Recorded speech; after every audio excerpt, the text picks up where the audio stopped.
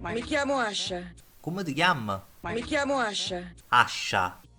Secondo me mamma e padre quando ti hanno messo il suo nome sono proprio come l'accetta. E la mia ossessione sono i miei 6 metri di capelli. 6 metri di capelli. E che tiene in capo? E li hanno raggiunto di Tarzan.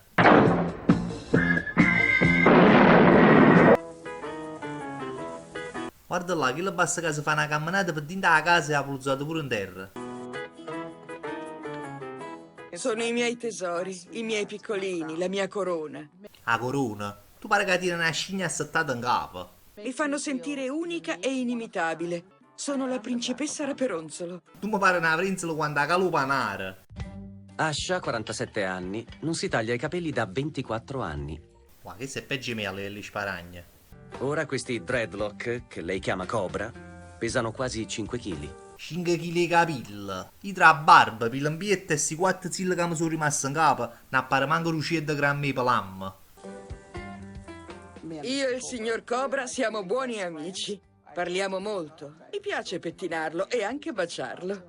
Hai fatto pure una pelle, casomai. Insieme a lui faccio tutto. Quando andiamo in macchina lo posiziono sul sedile del passeggero e allaccio la cintura. E che tiene, paura che se ti fermano i guardie ci mettono la multa di perucchio. Il signor Cobra adora fare la spesa. Speriamo che perlomeno va all'MD.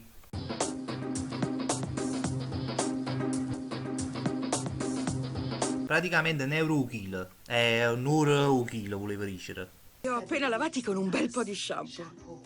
Da bagnati i capelli di Asha pesano circa 11 kg. Ma poi come ti asciutto? E metti un coppo termosifone o metti direttamente la capra in due forno? Ma questa non è l'unica difficoltà che incontra. I capelli prevalgono su tutto nel mio stile di vita. Anche un gesto semplice come vestirsi è molto complicato. Quando vado a dormire non è facile, perché ho paura di avvolgermi e ingarbugliarmi. Ne manca dettagli però. Non lascio mai il signor Cobra sciolto quando sono per strada. Ma che sei un cane? Ma che tiene paura che c'è una corsa a coccoruna? Nessuna cosa al mondo, nemmeno i problemi di salute, condizioneranno il rapporto che ho con i miei capelli. Non ho la minima intenzione di tagliarli. Fai buono, andare a nessuno, ma mi faccio crescere pure io.